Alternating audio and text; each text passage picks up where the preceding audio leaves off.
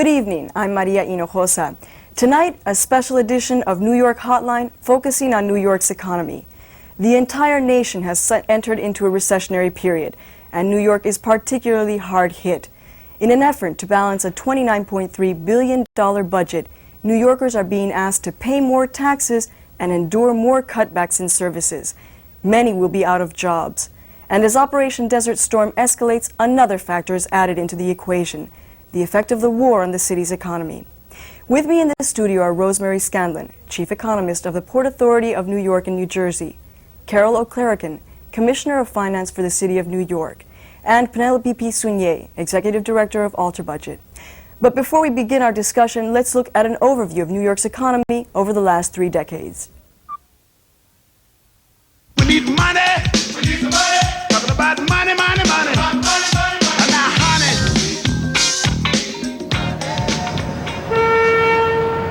The recession that we're in right now, in terms of its impact on the city, is a lot more serious. The recession of the early 1980s was a more standard, typical recession. It affected the manufacturing industry tremendously, but that's not where the city's strength lies. The city's strength lies in the finance industry, and that's where the recession is hitting right now, and that's why it's a lot more serious and has a lot more serious repercussions for the city. Looking at expenditures over the last 30 years, you're talking about 4 major periods of growth or decline. The first period was from about 1961 to 1969, probably the largest single period of growth in expenditures in the city in recent history. Between 1969 and 1975, the economy was starting to slow down. The city was increasing the amount of money that it borrowed. In fact, its share of local revenue that came from borrowing increased from 9% to almost 16% in 1975. And the end result was the fiscal crisis. The city was shut out of the borrowing markets and was on the verge of bankruptcy. And that's when the state stepped in, the federal government lent a hand, all of the major business leaders and union leaders in the city all gathered together to help the city get back on firm financial footing, which led to the third period of expenditure change in the last 30 years, which lasted from 1975 until 1983, and that was the city's retrenchment period, its attempt to get back on firm fiscal footing. By 1983, the economy was very strong. The business sectors, such as banking and finance, were growing tremendously, adding on many, hundreds of thousands of employees, and the city was receiving a tremendous amount of money. On October 19, 1987, the Dow Jones Industrial Average plunged 508 points, the largest drop in history. Most economists agree that this was the beginning of the economic downturn we're now experiencing. It was really the turning point for the finance and insurance and banking industries. They had reached their apex, and Black Monday hit, and because there wasn't an immediate economic downturn, many people were lulled into believing that it was just a momentary drop and that everything was going to continue on the way it had through most of the mid-1980s. But it was really the beginning of the recession that we are now experiencing. The core of this recession is the cutbacks in the finance and banking industry, but it's going to affect everyone because it's affecting the city's revenue stream. The city is going to have to cut back its services. The main focus of its cuts are probably going to be some type of adjustment in its labor spending, which would mean layoffs. That's going to affect the people who work for the city and their families. It's also going to affect the services that the rest of the residents of the city receive. They'll see less coming from the city, and it's going to probably cost them more because part of any gap closing package is going to be an increase in taxes. So people will be paying more than they did before and getting a lot less. There will be cutbacks pretty much across the board, some areas affected more than others. But for the most part, everybody is going to feel the cutbacks. We've just seen how the economy has gone up and down over the past 30 years due to a number of factors. But have we learned anything from these downturns in the economy? Rosemary. Well, I don't think anybody ever really learns how to cope with a downturn, and we have a whole new generation that is jolted by the reality of recession, and a whole new set of people who will be left to deal with it, whether it's at the budget end or in managing their companies or in trying to scramble in the job market for a job. So it's a new situation. It's been a long time since the last recession.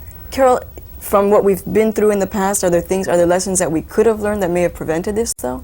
Well, I think that it's not so much learning from the downturn as learning about some of the things we could have done in the upturn that we didn't do. We didn't protect ourselves. We didn't build up a reserve. We're still carrying $100 million general reserve in New York City on a $28 billion budget. That's a lunatically small amount of money. We added employees very quickly. We thought that the boom would go on forever, and I think that you have an administration that's sitting now looking back saying, gee, the last 4 years we should have been doing a number of things to foresee the problems we were going to have coming on. And I think that that's not necessarily any particular administration's fault. I just think that that's very difficult to do politically. In politics, putting away reserves is, that's money you collect that you don't spend for. People want the services. There's an incredible amount of political pressure to use whatever resources you have and to get them through the pipeline. And there's sort of nobody holding demonstrations to say, let's be fiscally prudent all the time.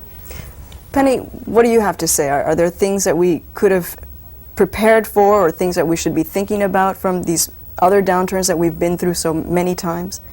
Well, I think the city, in a period of tremendous economic growth, did focus its growth in areas of the kind of glitter part of New York, and took advantage of that, and it did increase the whole job employment and everything else, but I think it did not use the time of boom as effectively as it could have to have that money trickle down a little further. And I think one of the things that's happening today is there's a lot of discussion that indeed the boom is over, and the people on the top, they're being laid off as well, the financial market, and we put such an emphasis on building our FIRE, they're called, the financial real estate markets, that it didn't trickle down. And now, at the same time that some of these jobs are losing the base for the economy, the people at the bottom of the economy never got any of the effects of that, and they're going to be the ones who, along with many other New Yorkers, are receiving the cuts, even though they didn't really receive the benefits. Well, economists say that partially what's the main problem with this recession, what's going to make it so much more difficult and painful, is because there was a dependence on the financial industry. How do you characterize what's happening now as opposed to, for example, what happened in the recession in 1982, the last time we had a big recession here in New York City, Rosemary? Oh, there's a big difference, because this is a financial-led recession as far as we can see. To some degree, in the United States history, it'll probably say it started in New York on October 19th of 1987 with the plunge. I still call it the plunge. I don't call it the crash yet, although it's getting closer to that. And then we've had 2 years of rather difficult adjustment, a period of adjustment here. I had thought New York and the metropolitan area was probably starting to sort it out and pretty much perhaps come around and pull out if the national economy had held still this winter and didn't sink. But the rest of the financial-led problems come at the national level. The S&L crisis, whatever was going on with Japan and her stock market, that took money out of New York's bond and equity markets and investment flows. And then whatever this credit crunch is, which we know exists, and whatever the source of it, all of that comes ricocheting back from the national economy to accelerate decline here. And I think it's going to send us back to some of the basics. I think in terms of being the tax collector, New York City has a tax structure that's a lot different from a lot of other cities, and the big difference is we collect a lot of revenue, or we have been in the past collecting a lot of revenue from economically sensitive taxes that are based on this economic activity that Rosemary was just talking about, and especially newfound economic activity, personal income tax growth. This stuff is great when the economy is going up, but when the economy goes down, the revenues plunge, and you sort of, it sends you back to saying, well, what's a basic stable tax, which of course tends to be the property tax? Give me something where I know what it's going to be year after year, I can depend on it, I can begin to do some planning. So I think that maybe it's true that every generation has to learn these these new lessons as if they're new lessons, but I think we're learning them now. Well, what is going to be the impact, for example, of the shortfalls from the tax revenues, from, for example, cuts in state and more dependence on social services? What kind of impact are we going to see because of that? They're tremendous. You've seen it in the financial plan that was put out last week. There's no way to close a $2 billion gap except by cutting on spending and raising revenues. We've tried to find a balance here, but we're trying to raise revenues after we raised them a large revenue package last year. The state has raised taxes 2 years in a row. There's only a limited amount that you can get from what is declining economic activity that Rosemary talked about, so you have no choice but to pare down and scale down the size of your government to match the size of your economy, and to do it more or less permanently. To say that New York City doesn't have the size economy and the economic activity that it used to have, and therefore its government can't produce and can't receive what it used to. The challenge for us is going to be to make sure that that hurts least the people who can afford it least, and that we also do what we have to do to make sure that even though fewer resources may be going into certain parts of city government, we perform those services anyway, we perform them smarter, we perform them better, and that somehow we become more productive while we are trying to shrink, and that is a real challenge. Penelope? That you've obviously done, tried to take a real stab at in this budget. And I think in general, this administration has met its commitment of trying to protect the most vulnerable that you talk about and trying to raise revenues in ways that are possible to do it. There is no doubt that what you were talking about, I mean, the effect of the national economy on the city, that way back in 1980, it started this whole thing of lowering tax rates and of federalizing and sending out the bill to the states and saying, well, this made the states have better choice. Now what's happening is the states start sending it down to the localities and say, well, you take care of your problems. And that the kinds of tax wars that get going are very dangerous to all the local economies. And New York City is certainly getting pitted against, they say if you raise another tax, everybody's going to move and go to New Jersey. Well, New Jersey's having its own problems with taxes at this moment. You get city pitted against city as well as state against state. And clearly one of the things, again, I think the Dinkins administration is trying to do is to say, we've got to keep some pressure onto the federal government again, because I think we've all been seduced out of keeping pressure on the federal government and its responsibility to its citizenry. Well, let's take it down to the state. How much is the interdependence that exists between our economy and the state's economy? And how much is a problem of the state's fiscal problem going to become our city's burden now? Rosemary? Well, if you look at the economic patterns of the 1980s for New York State, for most of the 1980s, the growth was coming from New York City or from Long Island and Westchester. It was a downstate economic phenomena. To some degree, the upstate industries, which are more manufacturing than you'll find here, manufacturing production, were suffering from the high dollar years of the mid-80s. Only by 87, 88 was industry really beginning to recover upstate in Rochester and Schenectady and those cities, and Buffalo was coming into a turnaround phase in 88 and 89. So the state was receiving a lot of its economic revenue from New York City, and I think if there was one area where many analysts, and probably including myself, probably didn't point out soon enough the fact that much of that revenue was coming from the financial industry. I mean, clearly if you're looking at budget sources, you know that. But when you stop and look at the New York City as well as the New York State patterns of income generation in the 1980s, the income was overwhelmingly being earned on Wall Street. And real incomes were rising on Wall Street, but not in the rest of the city or much of the rest of the state. Yes, I'd like to add something. I come from the Midwest. I was born and raised in Chicago, and I went to university in Michigan. And there's kind of a feeling around the country that all big states have, they have that major city, and there's always a fight between the major city and the state legislature that's trying to represent the rest of the state. Except in New York, it is way out of proportion. We're in another another universe. I'm the tax collector for the 4th largest taxing jurisdiction in this country. I am larger than every other state except California and New York and the federal government, right?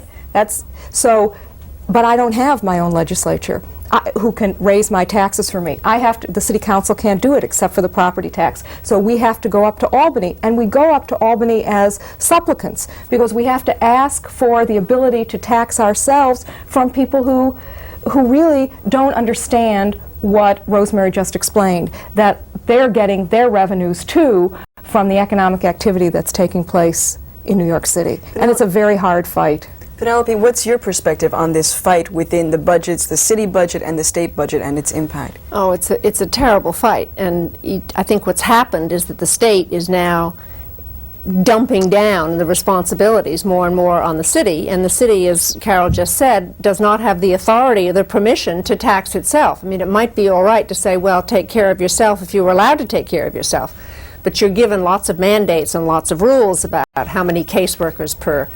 caseload of people who need help, or how many, how your special education budgets work, etc., but then you're not allowed to tax yourself to raise the money to do it.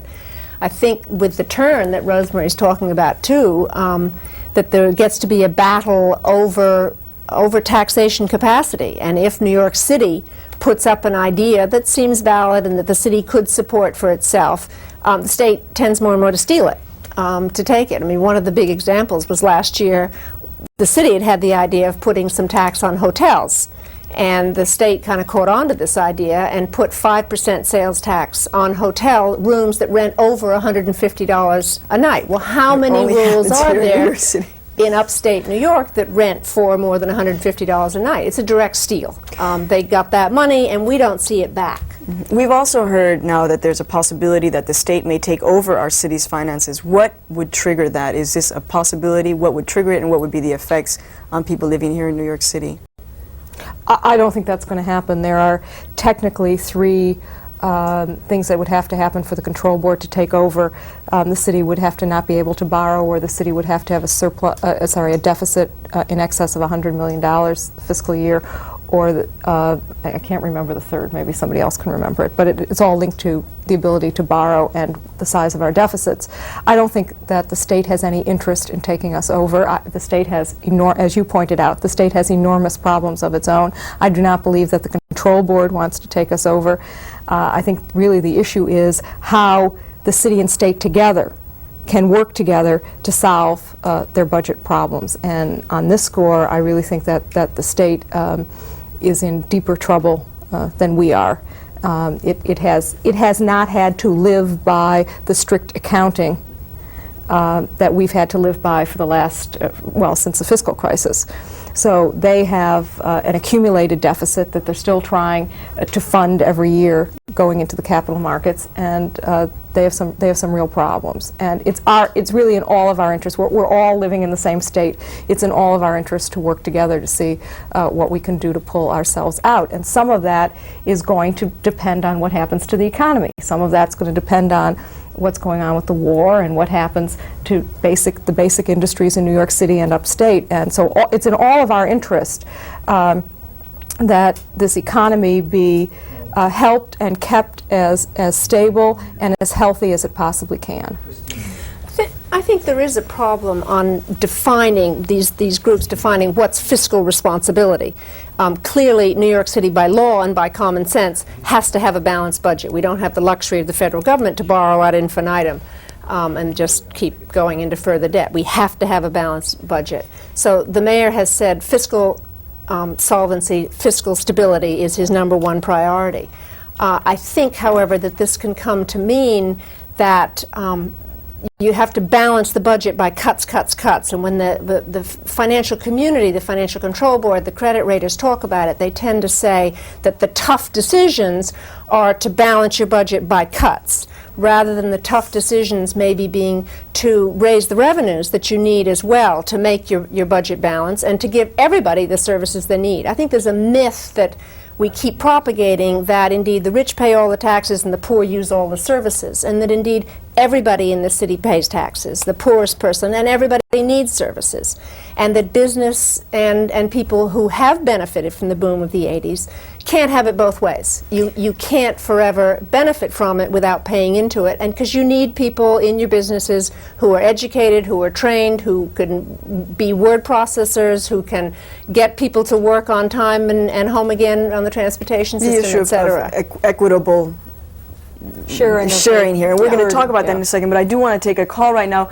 You're on New York Hotline. Go ahead, please. Hello, go ahead, please. You're on New York Hotline. Well, we lost that call. But I actually want to talk about something else before we get into the equitable, because you brought this up, Carolyn. I'm sure it's on everybody's mind. The impact of the war that now exists in the Persian Gulf. We know that the Pentagon has an inventory already set up of materiel for this war, so it's not necessarily going to create more jobs, or that's what people are talking about. What do each of you see? How do you see the impact that this war is going to have on our economy here in the city? We'll start with you, Rosemary. Well, I think the most immediate situation is one of great uncertainty.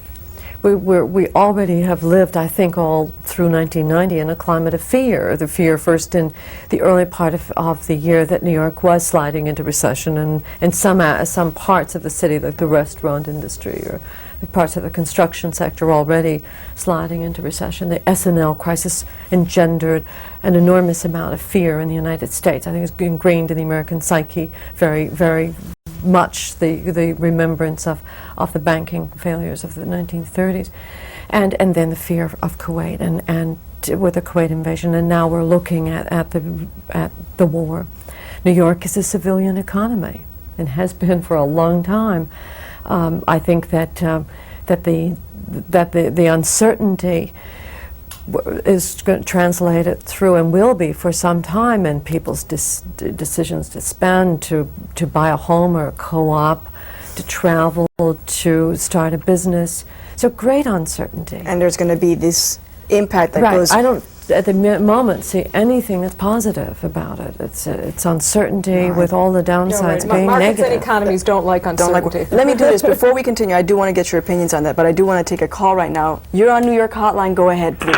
Yes, you've been talking about the shrinking tax base. It's going to continue to shrink. You also have an expanding dependency base because people haven't got jobs. And the people need the jobs are going to need blue-collar jobs. What is the city doing in that respect, and why haven't they adopted a high-tech export-free zone industrial development program for light industry? Who wants to take that?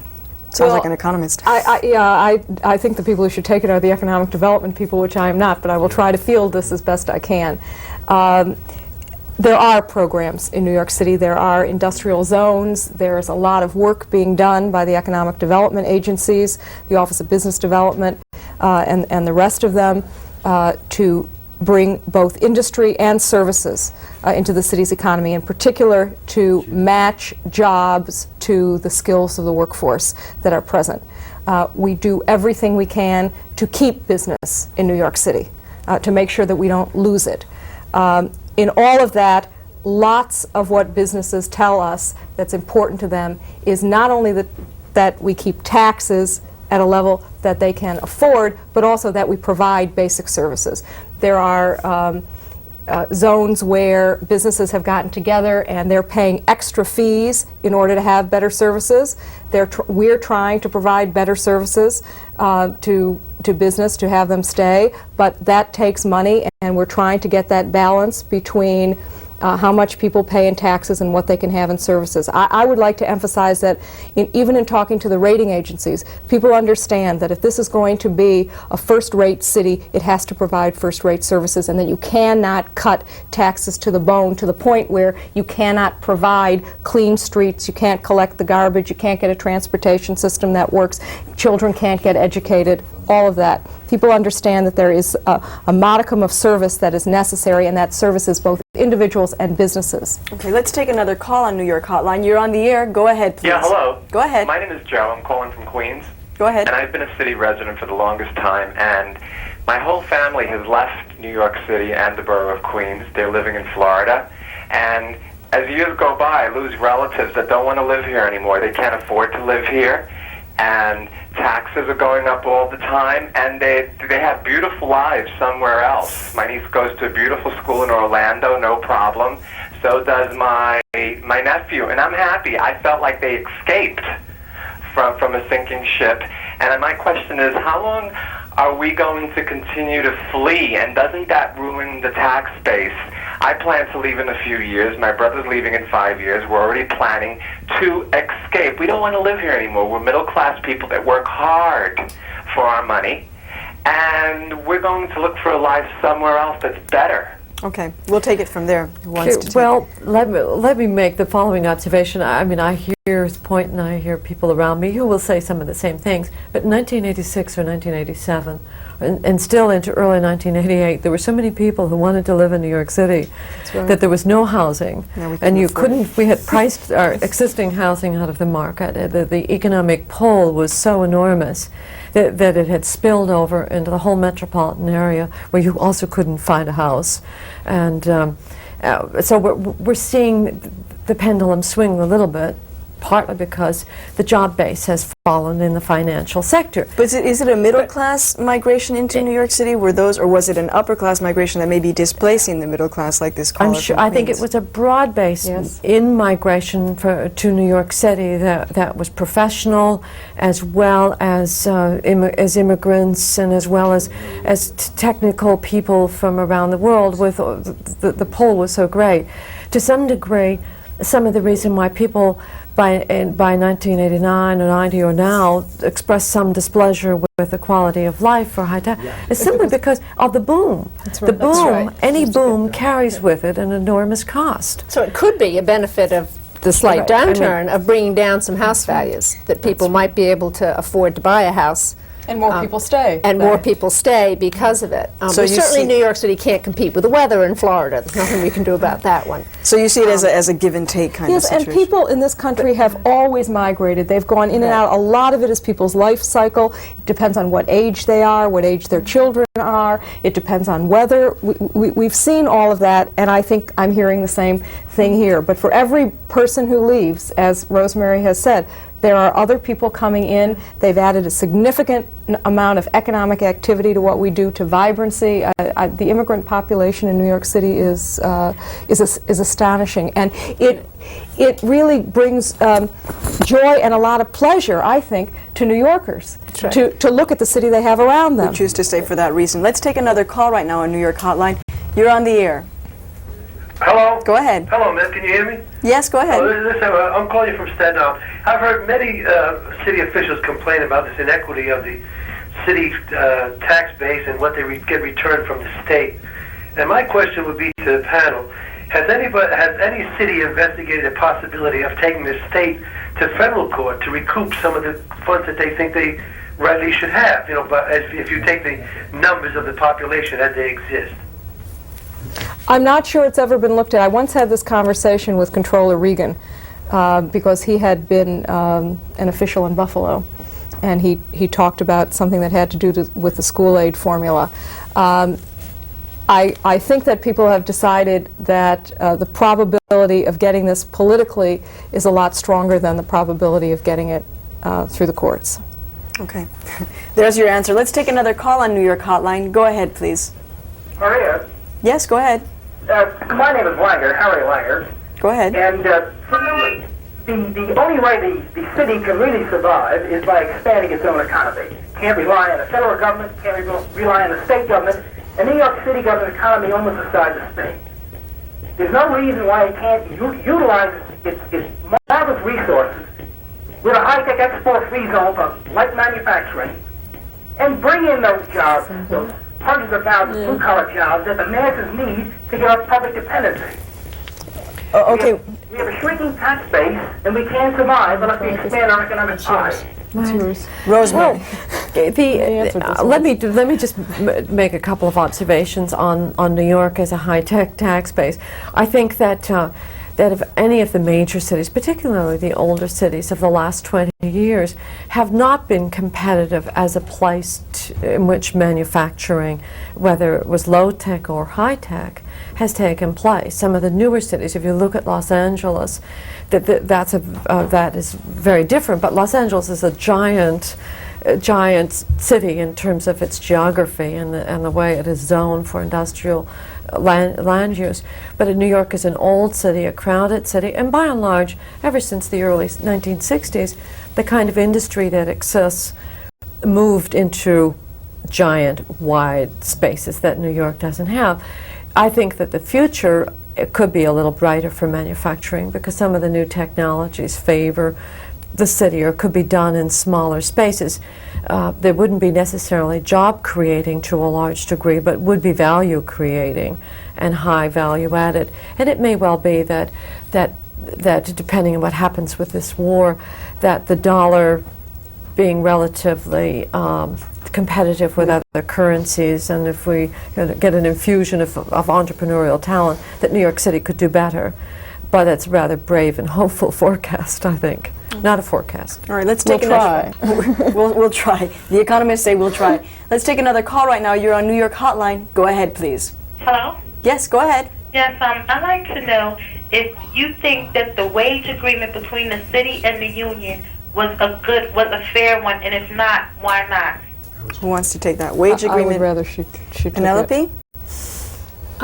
I don't know which unions you're talking about. I think the starting one that was so criticized was the teachers' agreement. I believe very much that teachers deserve to be paid. I think they have a tremendously hard job, and I think they're asked to do a lot. And the competition from our surrounding areas of starting salaries and ability to climb and have your salary go up is very real, and that they can teach under a lot of easier circumstances, very often outside, and more money. What's going to keep them here? I think it was a fair agreement for that. I think that in exchange for it, the teachers need to tighten up a lot of their own productivity and how they're working and what they owe back to the city and what they owe to the kids of New York City. And I think that's some of the struggles that's going on now. I think in the same way, the city employees of this city have a lot of hard work to do, and it costs more money each year to live here, and you can't live on less. Therefore, they've asked for an agreement that's fair. The mayor has tried to explain over and over again, and Carol can certainly talk to this, that he has stuck to his 1.5% that he put into the budget, and that they have worked out ways that money for the rest of their increase comes from pensions and other resources that are at their disposal. So in that sense, yes, I think it's fair and good. I think there's going to be a problem of, indeed, some people get the benefits of that while others get laid off altogether.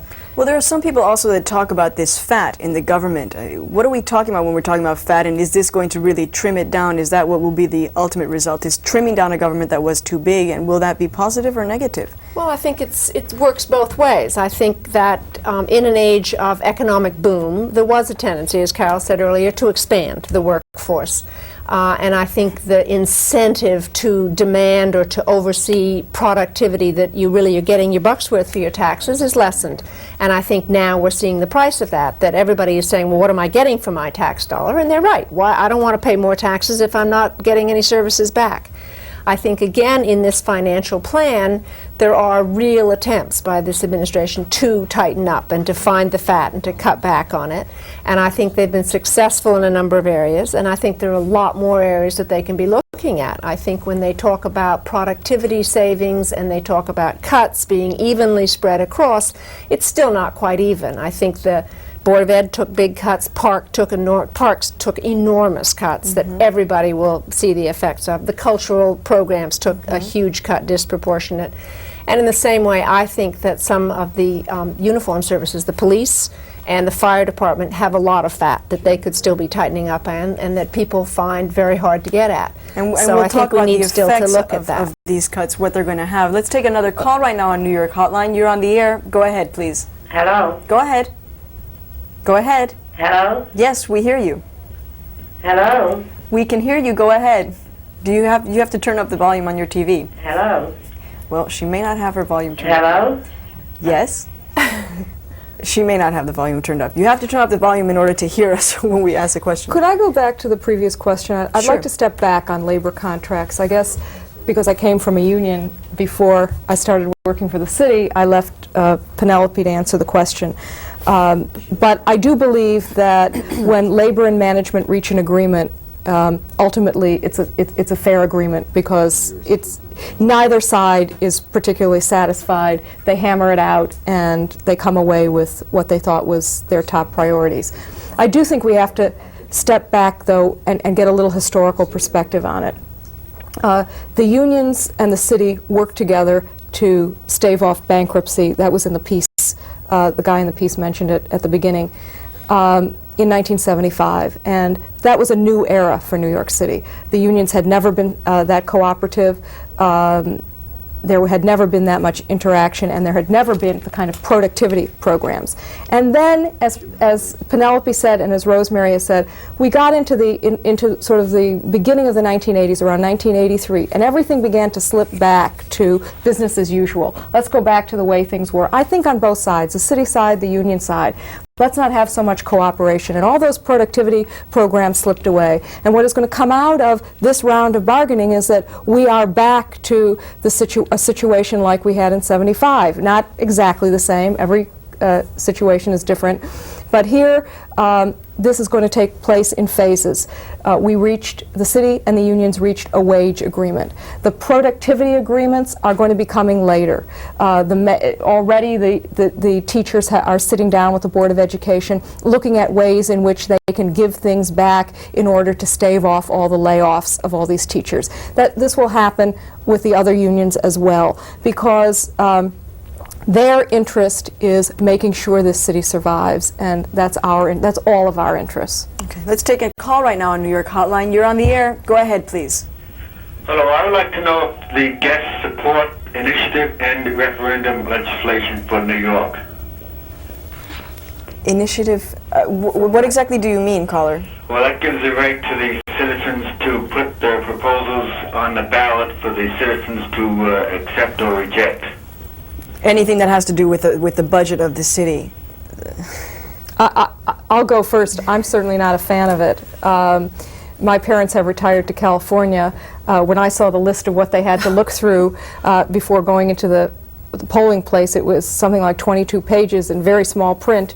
I don't think that that's effective government. I think if we're displeased with the way government is working, we ought to elect the kind of people we think we want, and we should trust them to do the job, and we should hold them to what they say they are going to do. Which means being active. Which means being politically active, absolutely. I want to take us back, because we did leave off on a question that I think is very important. We've been talking about the impact that the war is going to have on the economy. I think it was very interesting what you started out, Rosemary. What do you have to say, Penelope, in terms of what your perspectives, how this war in the Gulf will impact on the economy here in New York City? Oh, I think its effects will just come, not even filtering down, but coming down with so many ways of who goes off to it. I know one of the immediate effects is, and I don't know the numbers on it, I don't know if you do or you do, on the numbers of people in our police force and in our fire force, and I'm sure in other city employment jobs, are in the reserves, and off they go. And the city still pays those people the salary, and we then have to pay overtime for the substitutes for those people. When you just look at police overtime in this year's budget, it was $12 million to take care of the New York, the daily news strikes. It will go up yet more overtime for people who are out. That's just one of the small effects that we'll see on war economies. It goes up. Carol, what do you see is going to be the biggest impact of this war on the city's economy? I don't think I have anything to add to what Rosemary said. I think that people were waiting for the war to happen. I think that people don't like uncertainty. Markets don't like uncertainty. And I don't think we can know the answer to that without knowing when this war is going to end. And we all hope it's going to end quickly. I think the costs of this war, as we're beginning to understand them, and just in monetary terms, although the human cost will ultimately be the most profound, but the monetary costs, as we're beginning to see them, point up for us what we would have wanted to do in New York City and in the metropolitan area for the 1990s. One the one estimate is that at the moment it's costing $600 million a day. Well, that would probably fix New York City's bridges for 10 years. And would that the federal government would have given the money Right. to fix our bridges? If it was an either or, it would be nice. If it goes to $2 billion a day, that's in 1.5 days, that's what the Port Authority plans to spend on its airports, 3 airports over the next 5 years. So here we're beginning to see just some measure of what the costs are, much less what's needed in education or in social services. Okay, let's take another call right now on New York Hotline. You're on the air. Go ahead. Hello. Yes, go ahead. Hello. My name is Rose Kryzak. I am a senior citizen advocate, and I find it so difficult to work on behalf of seniors because nobody has any money for anything. And my question is, why is it that there are so many people who have incomes of over $200,000 who pay no income tax at all, and hundreds of families who have income tax with more than $200,000 who pay at a rate of 15%. Why is it that our elected officials are so frightened of raising the term taxes?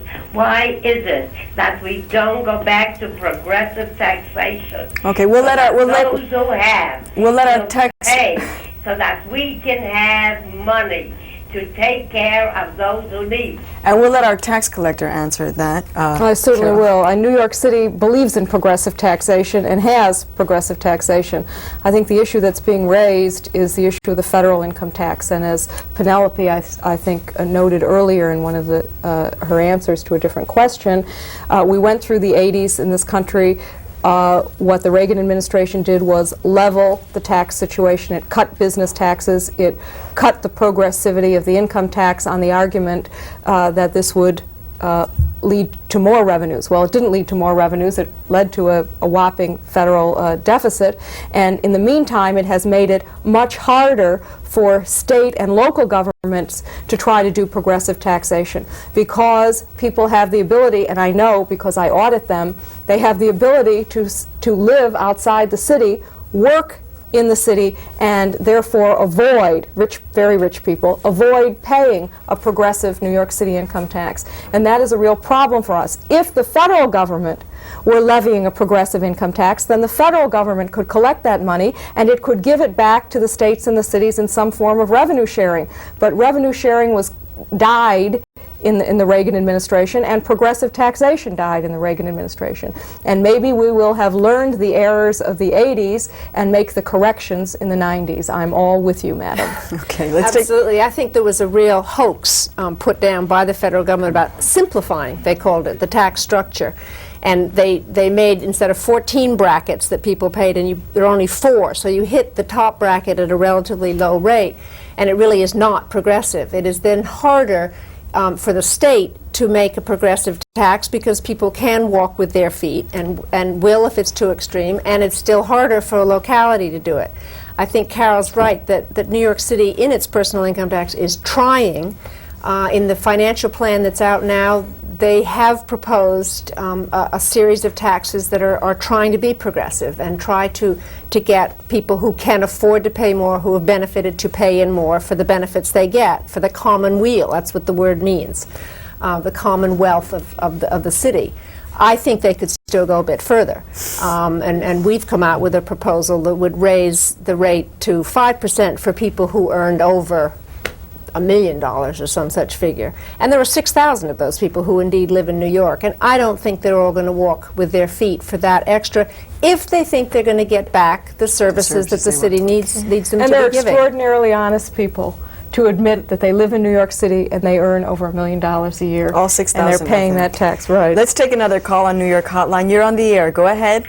Yes, good evening. First, I'd like to counter the comments from the caller from Queens and say that I've lived in New York all my life and I couldn't consider living anywhere else. Definitely it has problems, and I've lived here for 47 years, and it has its ups and downs, and this is a point where it's down right now. But I believe in New York's future. My question is about privatization of some services. For example, on for social services for senior citizens, I've read reports that a lot of the private organizations, the community-based organizations, do a much better job of providing services for senior citizens, and yet the city seems not to move very quickly about getting these organizations to provide these very important services. And we have this tremendous bureaucracy in the city that seems to do a very ineffectual job. And I'd like to know your comments about privatization of that kind of a service, or even sanitation, for example. Okay. I think on the social services for seniors specifically, actually the city is going the other direction. That's right.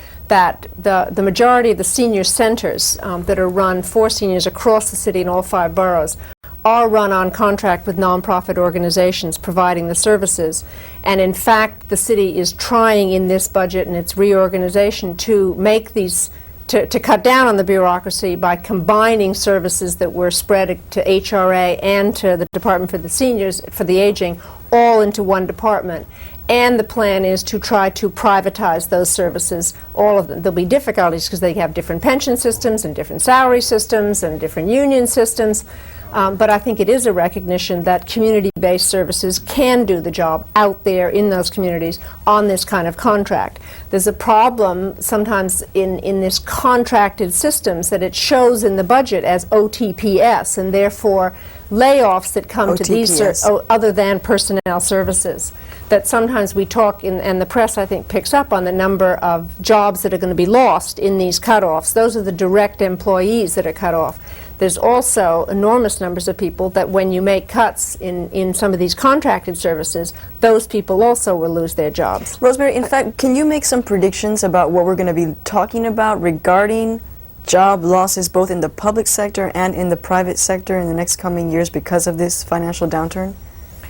Well, I do, and I must. I suppose it's hard this month to. This is it's a tough time to be an economist this month, and to make forecasts in the uncertainty of the war. Without the war, I had a fairly clear path, I thought, of being able to see how we could move out of this recession and what effect it might have in New York. And my forecasts for the city for the 90s have been quite positive. Not that I thought we would have a great volume of job growth, but that there would be a steadier match between labor force and jobs, and if we poured some resources into education, which the city is still trying to do, even with the budget problem, that we would see a rise in real incomes in the 1990s, and from there we would get some of our economic growth, including revenue growth at the taxation level. The war throws everything very much in great uncertainty at the moment as to when the United States economy will pull out of the war, and whether they pull out of the recession, and what the differential effects on some regions will be. It's the existence of war suggests that we could have structural changes in varying regions and their economies, and that no one really knows what they may those be. Are. Let's take another call right now on New York Hotline. You're on the air. Go ahead, please. Yes, hello. I'm interested in the panel's response, particularly Carol's response, to some of the ideas that Robert Fitch has been developing in the nation, specifically taxes on the elite nonprofits and a tax on business services. Rather than looking at what to cut and what services to cut back on, he's talking about generating new capital, new revenue, and new revenue from businesses that have done very well in the 80s. So I'm curious about what Carol and the others on the panel have to say about Fitch's ideas. Okay, just to clarify, The Nation is a magazine, so... Right, and I'm aware of those proposals, and we are looking at them. I happen to think that the idea of looking at nonprofits and at least charging them for some of the services they use is a very good one. I've been talking to Deputy Mayor Steisel about it. He looked at this when he was sanitation commissioner. There's a kind of long history of this happening and not happening, or being proposed and not happening at the city level. It is very complicated, but I'm also aware of the precedent that has been set in some of the smaller cities of America where a university or a large nonprofit kind of runs the town, like New Haven and Evanston and places like that. We will look at it, though getting a handle on some of our larger private universities is not so easy, but I have a project going on it and I'll take a look. On the issue of business services in the sales tax has created tremendous problems in other places where it has where it happened, and then it got rejected, and then it got repealed. It's very difficult. The mayor is not fond of the idea, I have to say, that we have not looked really to do much with the sales tax because it is not deductible from the federal income tax anymore, so that we feel that the regressive nature of the sales tax at the moment is exacerbated. It's not a good tax. We have tried to look to fairer taxes when we have looked at taxation. Ultimately, when you put a sales tax on a service, it is not the service that pays the tax, it is the consumer that pays the tax. But that's one reason to broaden the sales tax. I mean, the sales tax is notoriously regressive, and that if you broaden the base to include some of the services that are indeed more profitable, there's certainly an argument of that would make that particular tax more progressive, as well as raising money. Sure, it gets passed on. Like property taxes get passed on to renters. But many of those services, like advertising, like big accountant firms, like public relations, like lawyer fees, most of those would get passed on to more upper income people as well. I think the issue is less this tax in isolation, but adding this tax base to all the other taxes we already have in New York. And the argument being that this is the only sector of the economy that is continuing at all to grow in this town. Otherwise, when you look at the employment numbers, and Rosemary does every day, and I do, we all do periodically, there is no sector of the economy that's up except some of these services, and we don't want to cripple them at the moment. Let me take this last call, please, because we're going to be ending up here soon. Go ahead, you're on New York Hotline, please, go ahead. Yes, I'm calling from the Bronx. My name's Derek Crawford. My question is directed to Ms. Scanlon. I commute daily between the Bronx and New Jersey, and paying that toll is a burden, even though it's only supposed $2 a day for me right now, $4 per day. They're proposing to hike the tolls, and I'm wondering, are these hikes to keep up with salaries, or are there some tangible benefits that a commuter would see based on these hikes? Okay, thank you. Okay, yes, the Port Authority has applied and is trying to raise its tolls on its tunnels and bridges to New Jersey, and it would raise the fare on that bridge, Derek, by $1 if that goes through. And no, it's not for salaries by any means. I think our salaries are watched on the budget very carefully too, but rather the Port Authority is planning a very substantial volume of capital expenditures. Our budget is about $5.5 billion for the next 3 years, 3 to 5 years on capital projects, and so the increase in that toll will go towards that, which will have a very definite impact on the economy, as does the city's capital budget. Let's talk about, we do know that President Bush has said that this national recession is going to be a short one, but we do know. No. But there are other economists that are saying that New York City and New York State won't see any kind of stabilization until 1993.